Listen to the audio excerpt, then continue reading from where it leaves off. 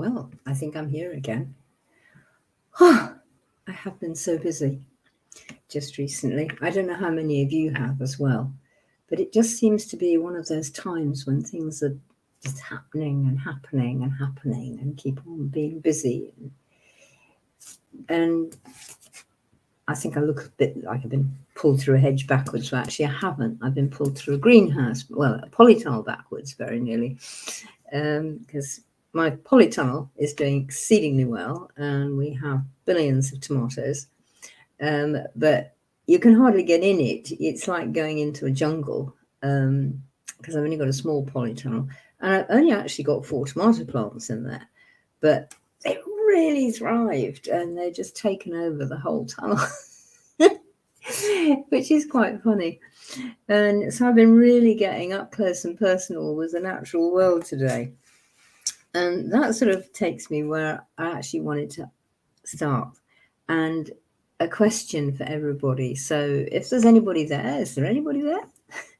If there's anybody there, what I wanted to ask, and I might actually type it up as well, is how close and personal, really, how up close and personal would you like to be with A, the natural world, and B, with Otherworld?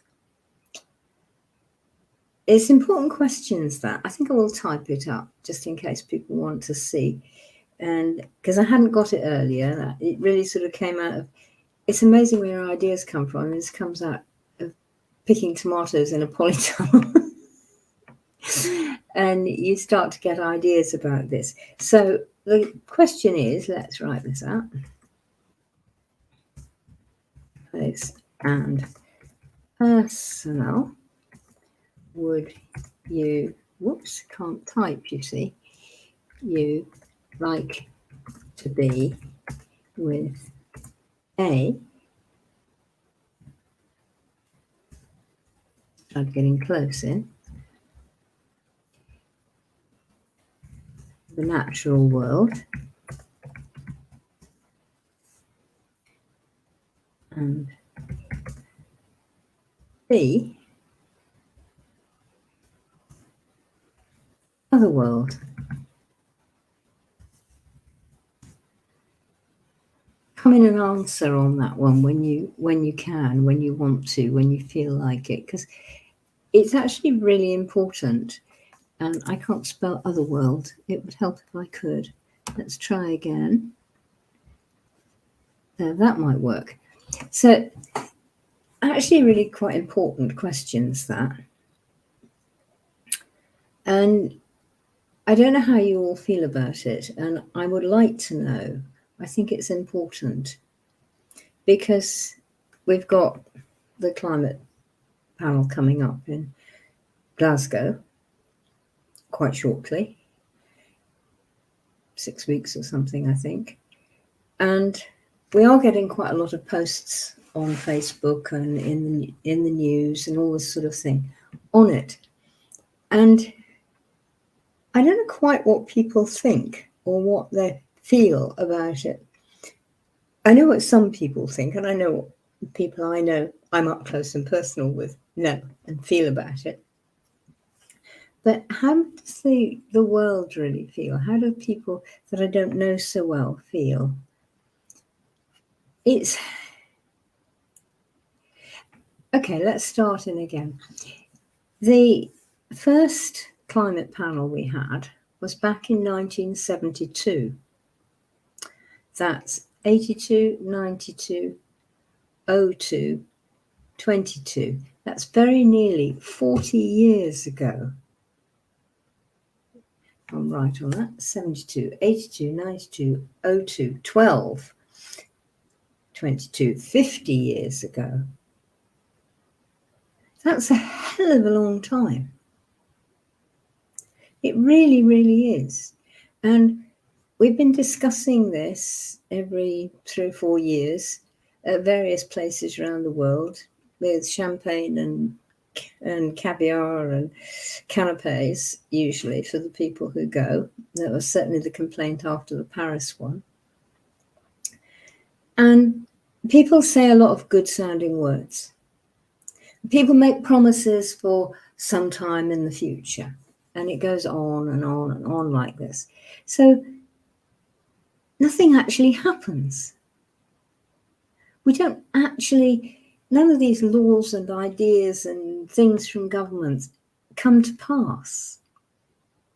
And we keep on shouting about it, and everybody keeps on mouthing out these good words and how nice it will be, and we're all going to get down to zero carbon by umpteen, you know. But none of it ever actually happens. We do get some good stuff come in that we've got even ordinary cars that run on petrol. They don't emit so many particles and they don't emit so much gas in the same way.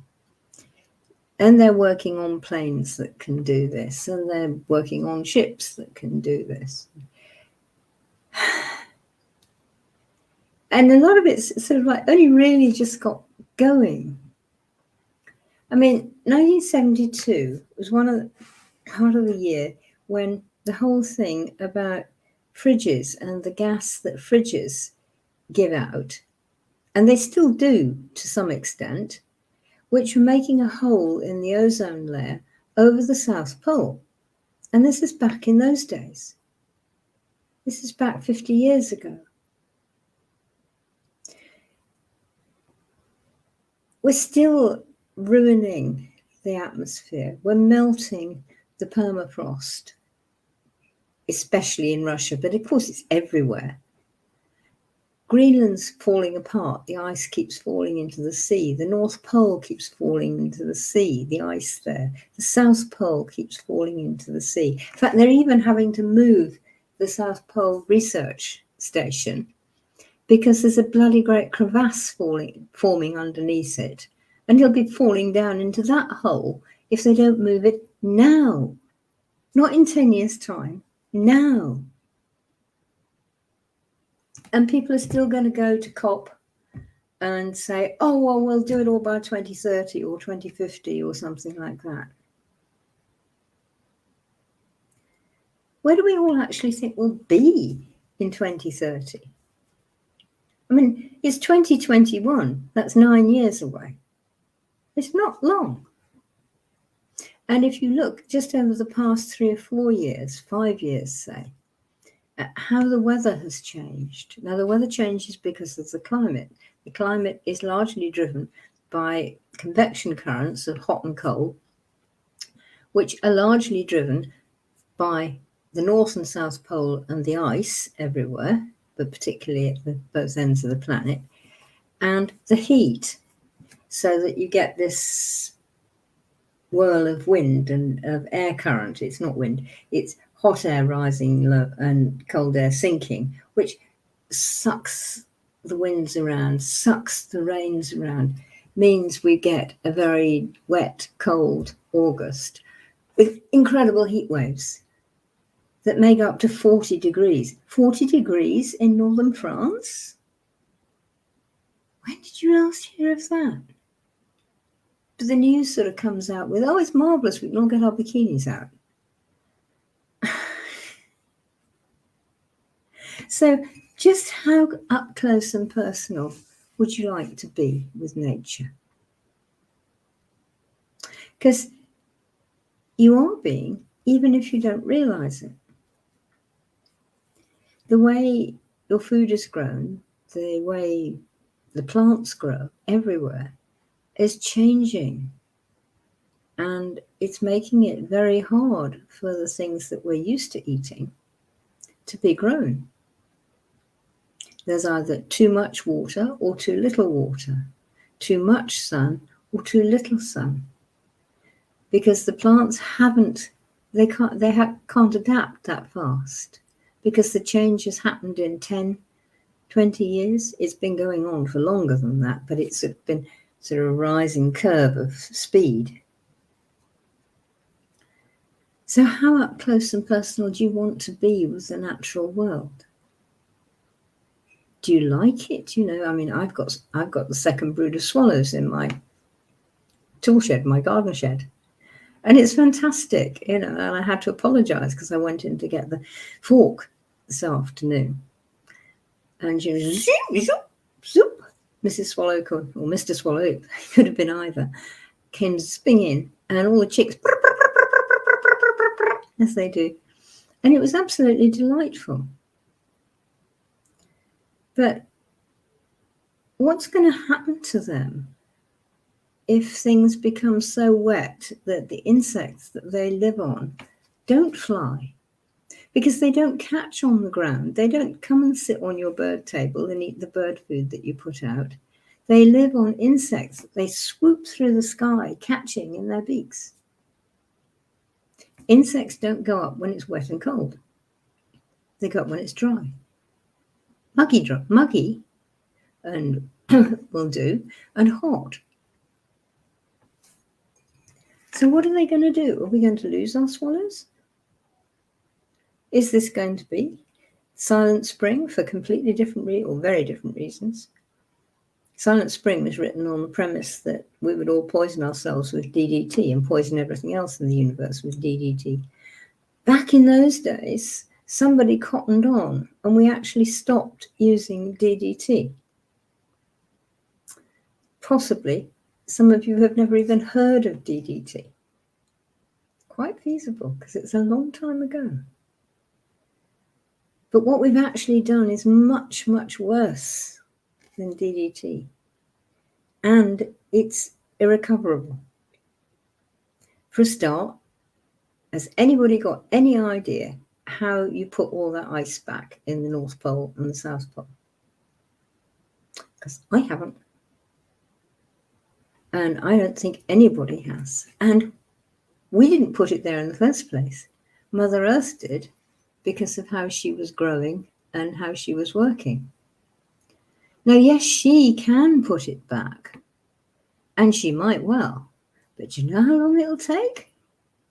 There won't be any humans on the planet by the time she's done. It's going to be like thousands of years to remake the temperature balance back so that it keeps the ice. People get all excited about, oh, we'll plant all these trees and they'll suck all the carbon out of the air.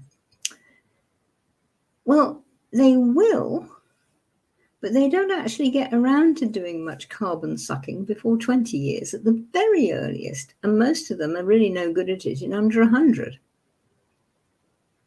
So we cut down these hundreds and hundreds of years old trees who are really good at pulling carbon out of the air. And we plant these dilly little saplings and we think we've done a good job. And is that being up close and personal with nature? Is that understanding it? Is that working on it? I don't know. I don't think so. So, question again, how up close and personal would you like to be with nature? I put up an article, this morning even, on the New Forest, and this lovely man, James Aldred, who spent months in the forest during lockdown photographing these goshawks and the goshawk chicks. The film will come out fairly soon. And it's a must watch because his stuff is always just incredible and absolutely fantastic. And he said, once we got out of the New Forest, where nobody would go anywhere at the beginning of lockdown, we were all trapped in our houses, all the animals came back. All the birds came back. And the plants flourished because of them. He said the air was full of birdsong. Absolutely full of birdsong,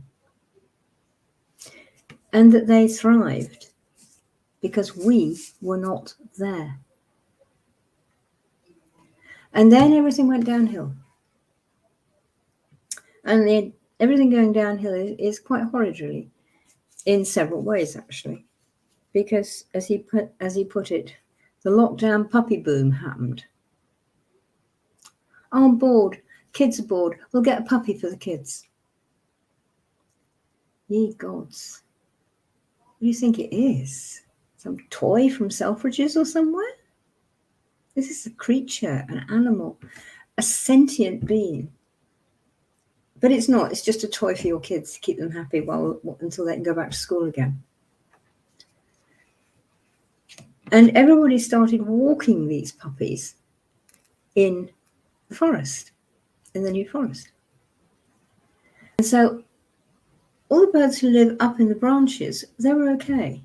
But all the ground nesting birds, like the lapwings, they had a hell of a time, because there were these lunatic people who'd never had a dog in their life before, hadn't got a clue what they were doing.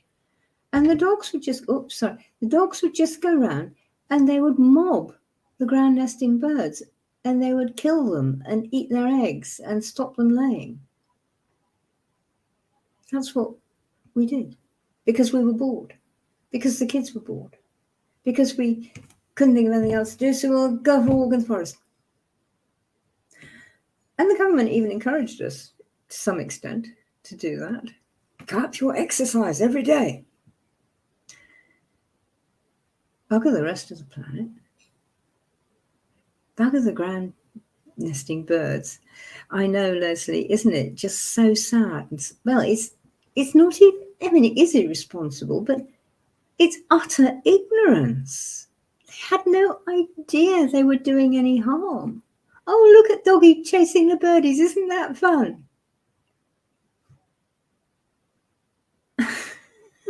It's like, oh, clutch your head. And clutch your head too, because they had no idea. So they're irresponsible, but no idea. And they had no idea that there was anything that they should know, that there was anything that they should learn. They thought keeping a dog was sort of probably like keeping a car, judging the way most people keep their cars, which is not good. I mean, the number of people who never look at their tyres and are driving around quite illegally and very dangerously on, tyres with 4 different pressures, one at each corner. And God knows how much tread. And the only time they get told about it is when it goes for an MOT. And if it's a new car, that'll be 3 years. So you'll be driving dangerously for 3 years, because it doesn't necessarily take too long for your tyres to go down. But they don't know. And they think of a dog in the same way. Now, I know, and Leslie's actually met someone too, I know someone who has actually rescued one of these lockdown puppy boom puppies. Little Jack Russell. Cute. He's actually called Jack. And it's my colleague, my mate, Fiona. And a friend of hers saw the dog, and the dog was he was neglected. He was fed, and he'd had his jabs and all that sort of thing. But nobody ever took him for a walk. And he's a Jack Russell. I mean, they'll walk the legs off anything. You take them for 20 miles and they sit down and pant, have a drink of water and say, come on then, where's the next 20 miles? And poor little soul, nobody talked to him anymore, because the kids were bored with the dog now. They'd had the dog. They were back at school. They had got their ordinary friends and their Xboxes and blah, blah, blah, blah, blah. And the parents didn't care either. Fortunately, Fiona's friend found him, and she said, you want him? Because they don't. And she just brought him straight round, and I mean, it was love at first sight on both sides. And Jack is now happy, and he has a good life and lots of walking and lots of things to do, because he's with someone who actually understands about looking after a dog, because they've had a dog before and their parents showed them how to have a dog, etc., etc. So there are these ignorant people who had no idea they were even doing any damage going into the New Forest.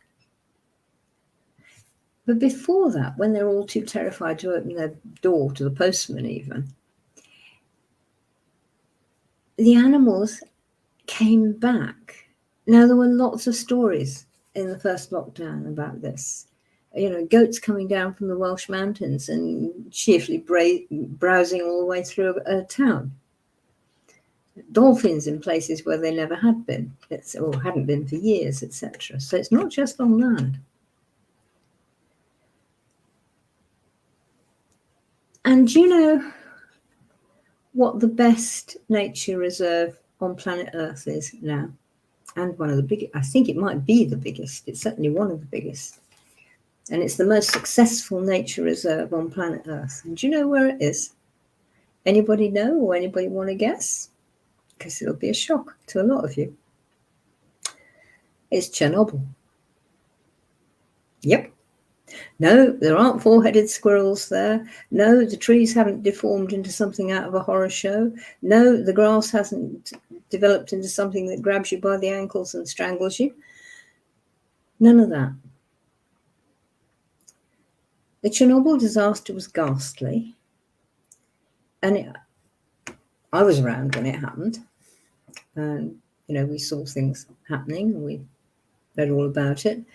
And the reason it happened was government stinginess and laziness and contractual stinginess and laziness.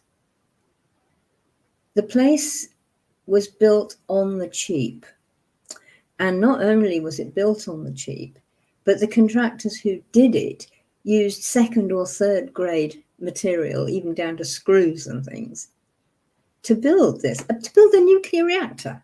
What? Oh, well, it'll be all right on the night. Well, it wasn't. There were similar sort of problems with Japan, actually, because they built it in the wrong place. The safety system was the wrong one and rubbish, and people didn't put enough care and time and money and thought into it. Same thing happened at, was it 5 Mile Island in New York? New York County, I think it was. Again, things done on the cheap, people making a profit. Our wind scale was actually a problem because, for various reasons, our government decided we needed to have a nuclear weapon. And so they forced wind scale. Paul and I know this because he worked in a nuclear establishment at the time, and I worked for the government and had a lot of dealings with AWRE at the time. So we were actually not quite in there at Windscale, but we were in amongst the people who actually knew who'd been duct taped so that they wouldn't tell anybody. The government forced them to open before they were ready, when all the scientists, all chaps who are in charge, said, no, they're not ready. It's not ready yet. But for lots of other reasons, which you can go and read about, the government forced them to open. And it blew. Actually, the boss there climbed up on the roof and put the lids back on the filters in a raincoat with a handkerchief. Very, very dangerously. But he got cancer, yes, afterwards. But he did it to save people. And he did save a lot from that. But that wasn't scientists, and that wasn't, the people running Windscale. That was the government. And they've all been a problem because of the government. So, Chernobyl. They had to get people out, apart from the poor little squaddies they sent in with a raincoat and a handkerchief, pretty well literally, to go and put the fire out in the middle. Didn't give a shit about them. Plenty more where they came from. Usual governmenty sort of thing. Anyway, but they moved all the people out. And there hasn't been people, well, there's a few, because there's a few old babushkas who said, sort of, sod off, we're not leaving. A babushka is the old grandmother. And nearly everybody left, apart from just, very few people in their old dashers. They'd always been there, their families had always been there. And the plants very quickly got over humanity. They did not suffer badly from radiation. Neither did the animals who live there. They don't. They're very fit. The babushkas, the grandmothers who live in their dashas, and there was a program about this about 30 years ago. I think it was on Channel 5 or something. And somebody went to visit her, and she said, "Oh, my vegetables are going fine. Have some cabbage soup, have some borscht." And the bloke did, and he was fine, and she was fine. And she, "No, I'm not moving. I live here. My family's always lived here. This is ours." But they are country people. They are the people literally of the land. That's actually what pagan means. Pagan comes from the Latin paganus, which means of the land. And these are, in that sense, pagan. They are of the land completely. And they're fine. The animals are fine. Even the pet cats are doing fine now. They haven't got any owners. And they're managing themselves. There have been pictures of them. They look really healthy.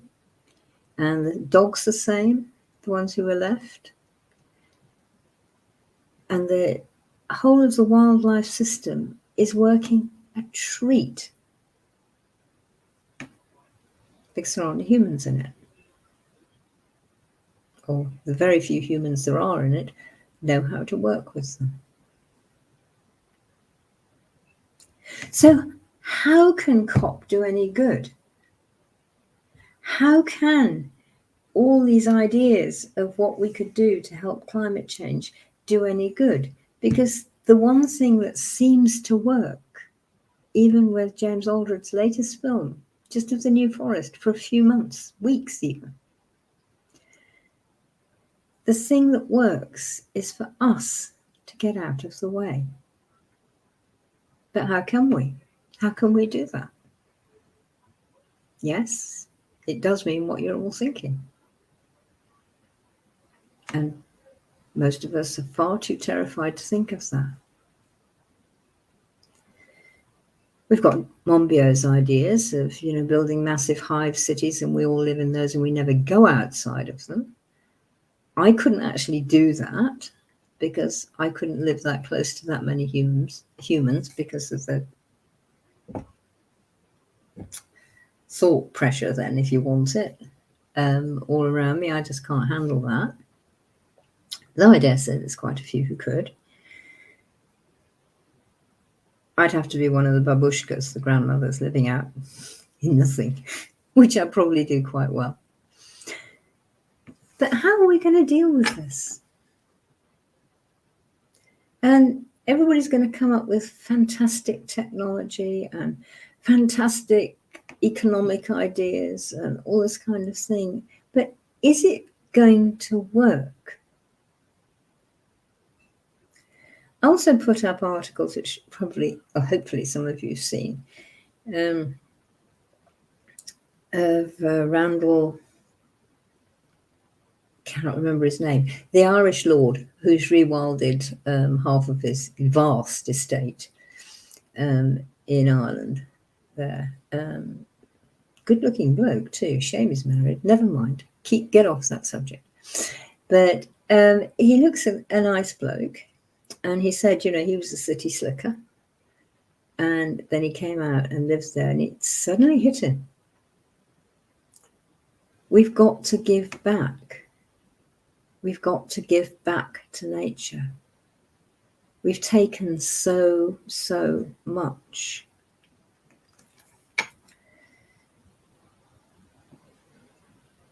There's been some figures around for a long time now, and they keep getting refined.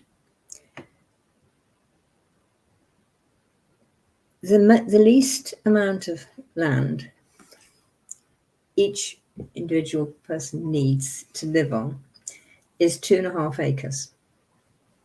Now, we don't all want to live on 2.5 acres in the countryside, but that's going to be the amount of ground that will actually grow your bread, grow your wheat for your bread, grow your spuds, grow your carrots, grow your cabbages. It's not as much land as that if you eat some meat, or certainly not if you eat some fish, and not so bad even if you just have chickens. But arable crops, as they call them, your carrots, your spuds, your cabbages, your wheat, your grains, your barley, your rice, they take up an enormous amount of land. Now, everybody talks about the amount of water that they use or that animals use. And yes, animals drink a lot more water than plants do, but it's not about water. The problem in the New Forest was not water, it was disturbance. The problem in Chernobyl was not water, it wasn't even radiation, it was people, disturbance, people who couldn't live with the forest as the forest wanted to live. So how are we going to deal with that? We're all massively told stop eating meat and become vegan and all that sort of thing. But if you all become vegan, you eat up even more land. You take even more land away from the natural world. Chernobyl will just get overrun with wheat fields. What happens to all the animals there who live there? Does anybody care? The worst problem with losing species has been habitat.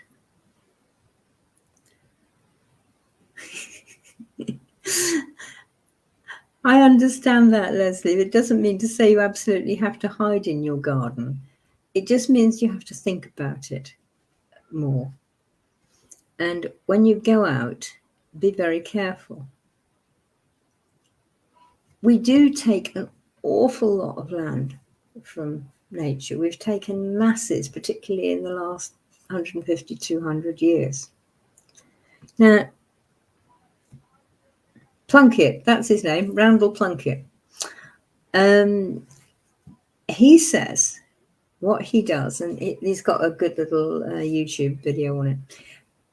All of his staff, and he's got staff who look after the land, and keep an eye on it and all that sort of thing for him, and himself, and anybody who comes to visit. The only places they walk are in the animal tracks. He actually says, we only walk in the deer tracks. So I was there sort of like, of course, I would, wouldn't I? But seriously, it's sensible. The ground nesting birds know where the deer go, and the deer always use the same path. And this is part of the talk about the threads that comes up in the apprenticeship all the time and comes up with when I'm talking that kind of stuff. The deer trods are the paths. They're the external living things that, in our everyday world, that are the threads that join places and things and everything together. The other way of them is the mycorrhiza. Again, like in Chernobyl, the mycorrhiza are doing fine because nobody's dug the earth, nobody's broken them, nobody's hurt anything. So all these little fungi are just going, and they're doing absolutely fine. And they're making these amazing things. Have I got it? Now have a quick look while I'm talking, if you like. There's this wonderful thing called Wood Wide Web. There's a lovely picture of it, and I've got it somewhere on here. So let me just have a little look and see. And you can get an idea of this. I'll see if I can share screen with it. And needless to say, of course, I can't find it, so we won't go there. We will go elsewhere and carry on normally. But it's all the fungi who connect all the plants and the trees together. And Randall Plunkett says all of his staff, himself, his family, his guests, all only walk in the deer trods, in the paths that the animals make. Now, this is okay because all of the little animals, little shrews and mice and everything like that, as well as the ground nesting birds, they know where the animals walk, so they're not disturbed if someone is going along like that. And if you send dogs into it, if you send children into it, ugh, it's like somebody's dropped a bomb on them. And the problem is, of course, that once they're disturbed, particularly if they're nesting, they won't nest again. And if they don't keep nesting and keep bringing new ones in, we won't have any lapwings. We won't have any of the little ground nesting birds that we love. And then we won't have further up the chain either. Because don't forget, everything is a link in the chain. So how up close and personal do you want to get with the natural world? Because to do good and to really rewild, and rewilding your garden is absolutely fine, Leslie, and I know you do. But rewilding is fine, but it does mean you're going to have to get used to nettles and brambles, to long grass, because there are, I think it's 10 or 12 species of butterfly, and the only place they lay their eggs is in the long stems of grass and in the long sheaths on long grass. So you mow your lawn and you buggered it completely for them. Probably killed some of them as well. You have to have this long grass and you have to let it go. And the larvae of several of them crawl down the stem and they overwinter, sort of semi-hibernate, it's not hibernating, but they overwinter in the tussocks of the grass. So you've got to have tussocks instead of nice bowling green grass. How are you going to feel about that? I said earlier, I've got swallows in my garden shed. Yay! I'm loving it. And she's got a second brood. Yes, in fact, I think 2 of them have got second broods in there. So I'm really careful when I go into the tool shed. And at the moment, I'm leaving the door propped open. Doesn't matter about the rain or anything else, because it makes it easier for her to swoop in and swoop out again. She's damn good at, the door's got a gap on it like that, and she's damn good at getting through that. But I can make life easier just by leaving the door open. And when I come up, like I finished doing some clearing up in the veg garden, and I came up, with my bag of tools and sort of thing. And I got to about 8 feet away from the shed door and said, Mrs. Swallow, excuse me, hello, Mrs. Swallow, can I come in? I want to put my stuff away. Is that all right? And damn me, she flew out right over my head.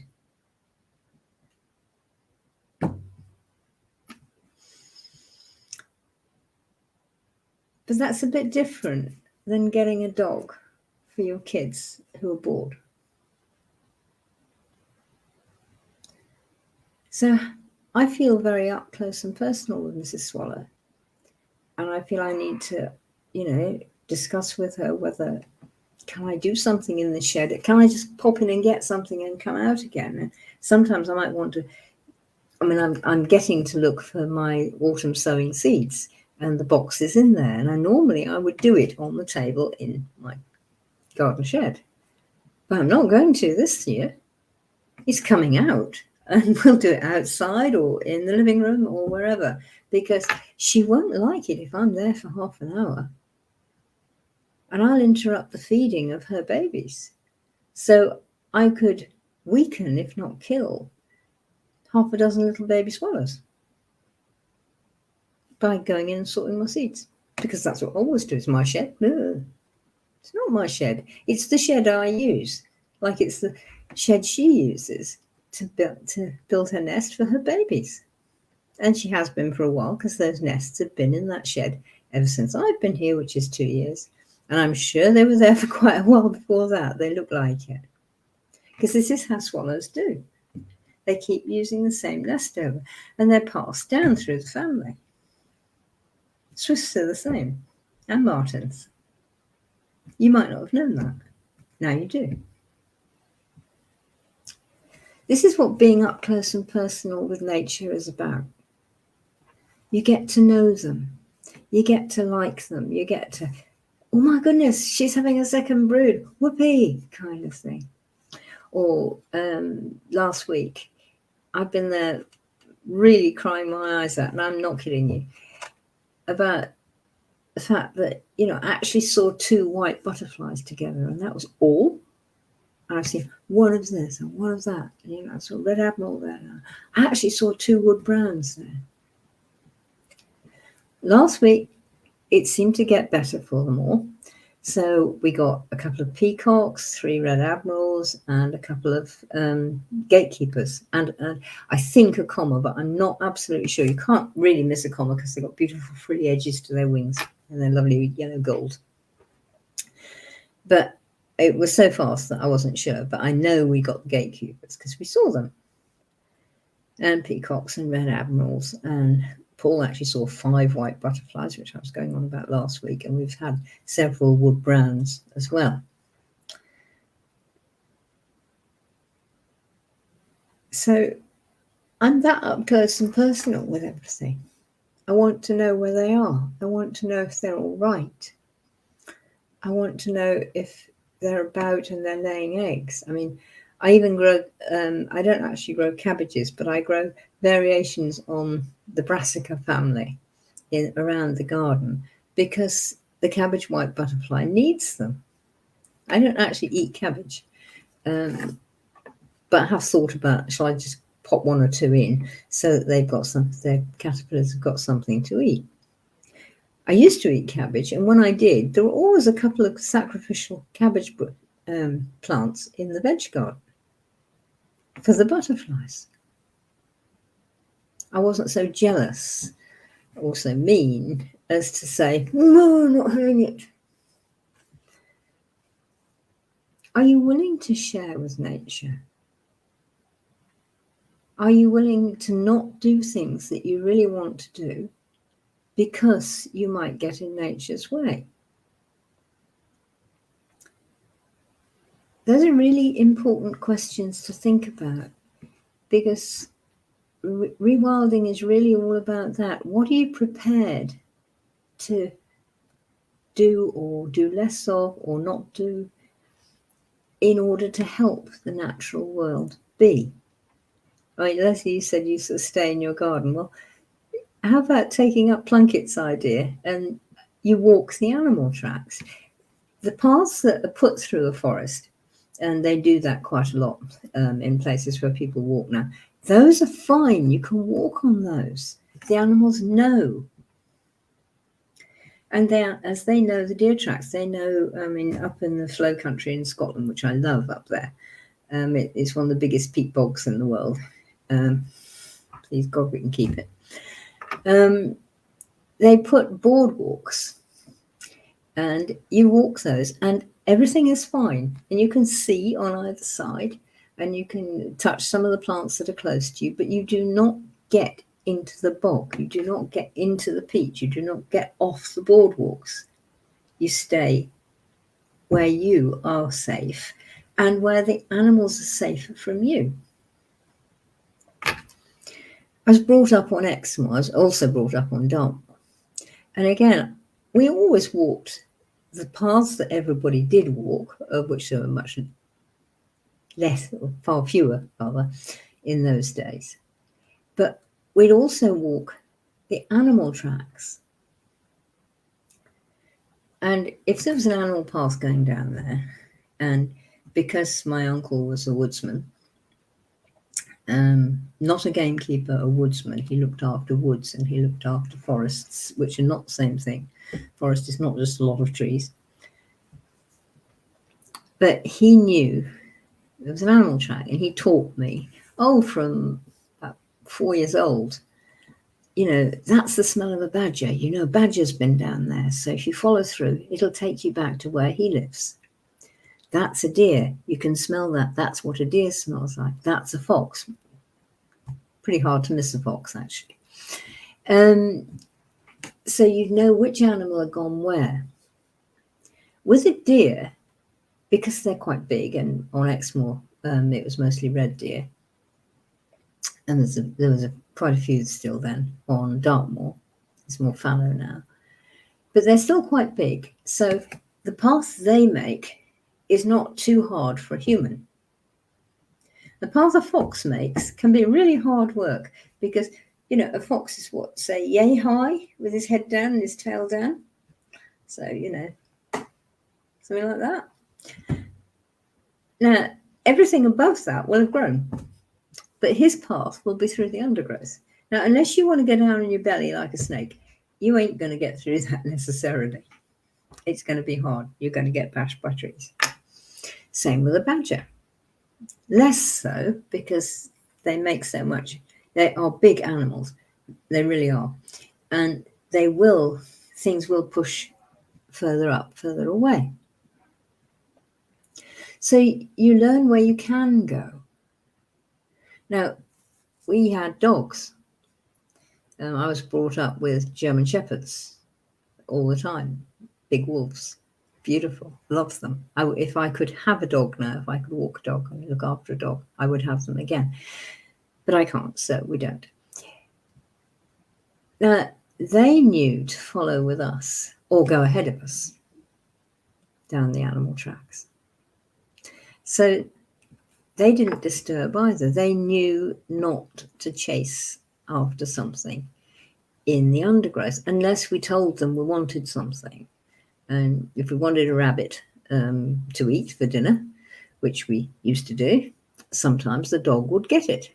And they're very quick. It's a wolf, so oof, like that, shake it, breaks neck, brings him back. And that's not awful for the other animals, not particularly awful. I don't even know whether it's that awful for the rabbit who gets killed. I mean, at the instant, probably, but then he's gone and his spirit is back in Otherworld completely. And animals know about death much better than we do, and they don't get in such a tiswas about it. So that wasn't really hard. Dad and uncle, well, all the uncles, used to shoot for the pot. So we would have rabbit or hare or pigeon or pheasant or something, but only not from a big shoot, just from hedge walking, as they call it. They were all good shots. And they used a proper rifle with a silencer. So you didn't disturb the whole universe sounding like World War III, which they mostly do on these stupid big shoots. You get half a day, bang, bang, bang, bang, bang, bang, bang, bang, bang, bang, bang, bang. And it really sounds like World War III going on. You know, from miles away you can hear it. We didn't do that. So we didn't disturb. There was still probably more than there should have been on planet Earth, back to that 2.5 acres again. But there were only, well, when I was born, there was about 2.5 billion people on planet Earth. There are now 7.8. So that's gone up 3 times in my lifetime. You've heard David Attenborough saying the same thing. And most of them no longer are taught how to walk the paths, how to walk the countryside, how to behave in the countryside. They mostly don't care about the natural world, let alone Otherworld. Oh, it's just there for us to enjoy. No, it's not. The universe wasn't created for our benefit. And we are not spoilt children in a toy shop, which many people do act like. But we got up close and personal.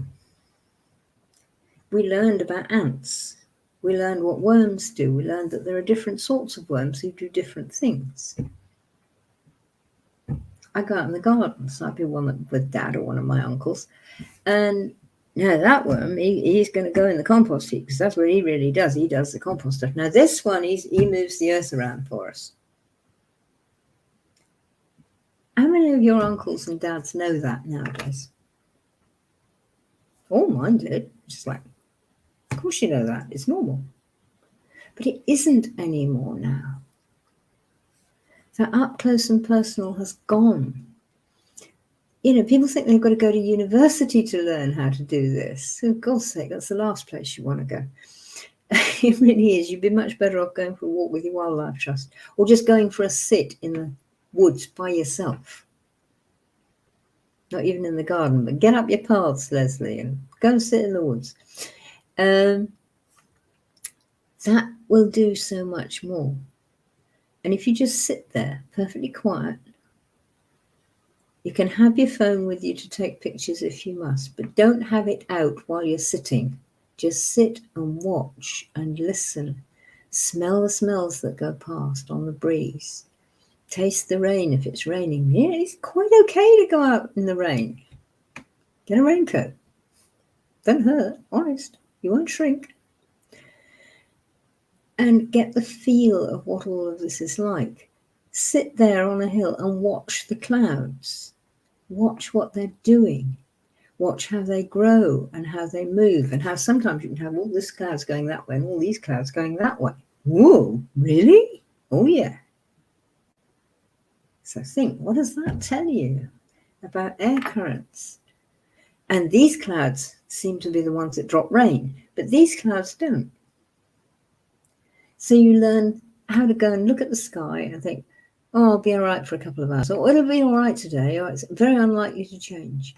There are places where it will change quickly. Mountains, highlands, moorlands quite often. The mist can come down really fast on Dartmoor, for instance. And you won't know where you are. And it's a tricksy place to walk because there really are bogs that eat you alive there. And you get off the wrong path, you're in one, there's nobody to help you, and it's not a nice way to go. So you do need to know what you're doing. And you need to be able to see. And looking at your phone is not going to teach you the quick changes that happen in the air around you that tell you it's going to rain. It's going to rain now. And it does. Your phone wouldn't have caught up. You're that close to the nature. You're close to the smell of the air, the feel of the air, the look of the clouds that you know, and that's being up close and personal.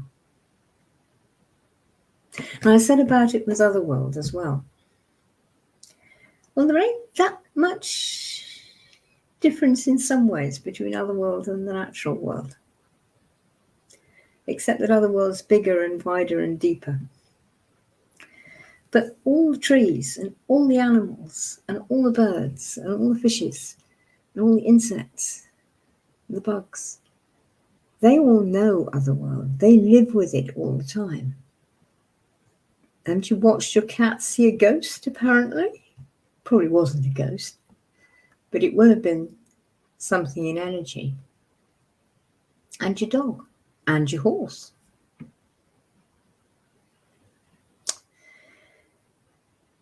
So if you get up close and personal with nature, they can actually help you get up close and personal with Otherworld too. And they will. Watching them, being with them. Like Aldred says in The New Forest, he learned to understand what the birds said. Because goshawks, that's what he was after. Goshawks are silent. They're as silent as a barn owl. You cannot hear them coming, and they can fly through branches and trees and not touch anything. They're amazing birds. They're absolutely gorgeous. So he couldn't tell when the hawk was coming, so he couldn't get his camera ready. But because he was there for weeks, probably only took him a few days, a couple of weeks, say, to start learning, that the birds knew, because the birds had their own threads out. They knew. They could sense the energy. They could sense the air currents even, but certainly sense the energy of the hawk coming. Now, one of the things goshawks live on is songbirds. Fine, that's what they live on. That's what Mother Nature designed them to live on, so don't go moaning about it.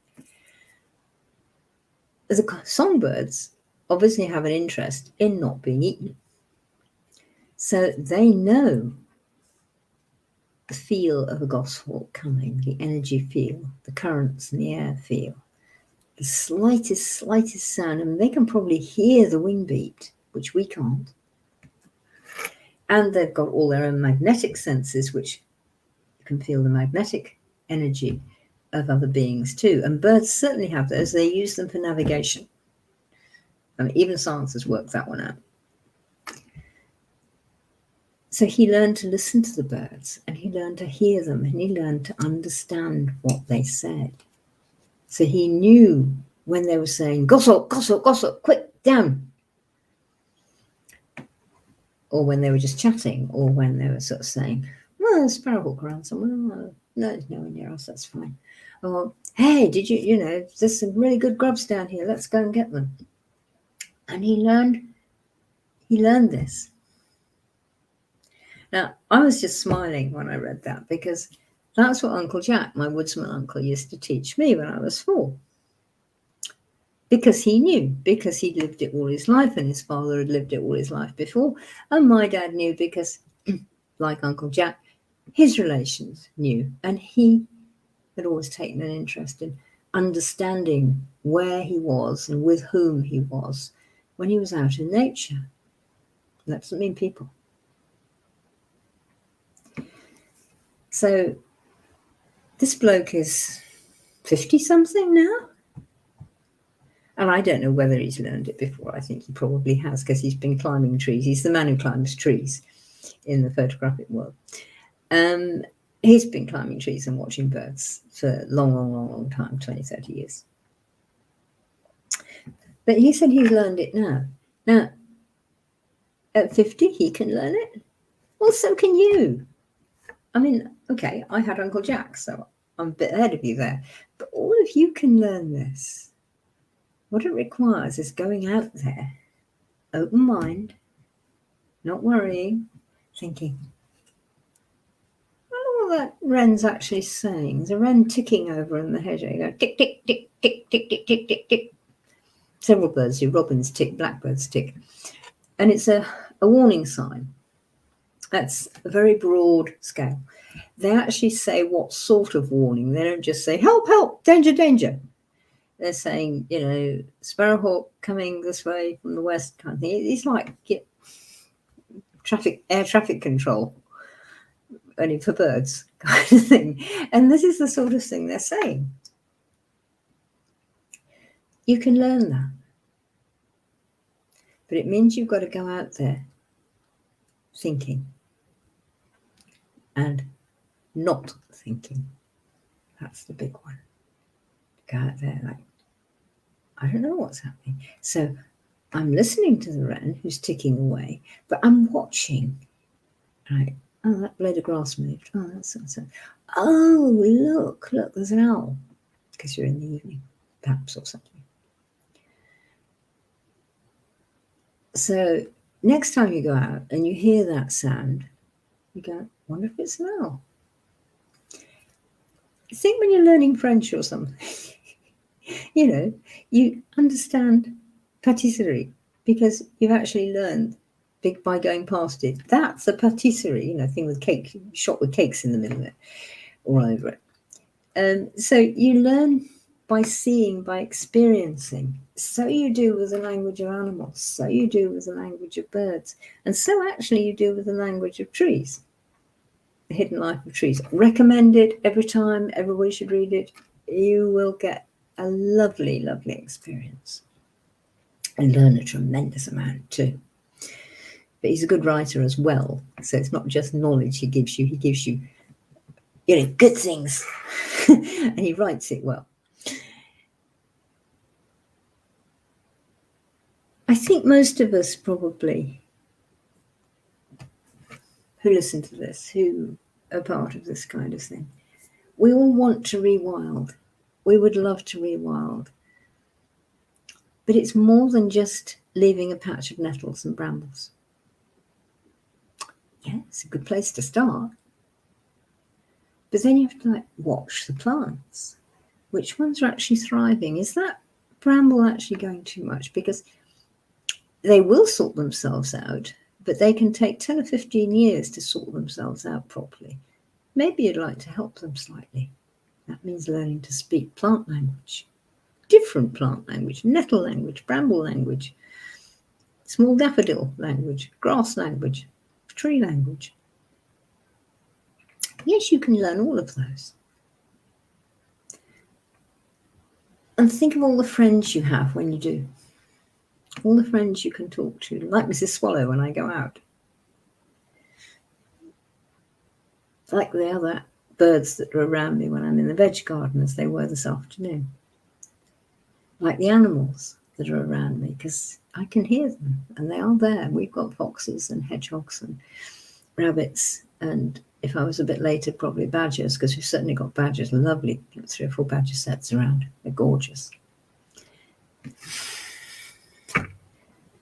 They're your friends. They used to speak with us before we lost it. We lost our way, which was actually about 10,000 years ago.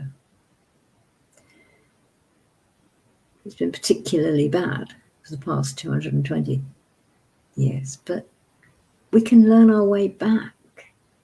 We can do it. We can get there. We can learn how to listen to the animal world, to the plant world, and then from listening, learn how to speak with them. It's great. It's really good being up close and personal. So I'm leaving it there. So let me know if you've been doing up close and personal with anybody recently, anybody non-human, and how did it go? So do let us know. And bye for now, and I shall see you next week. Bye.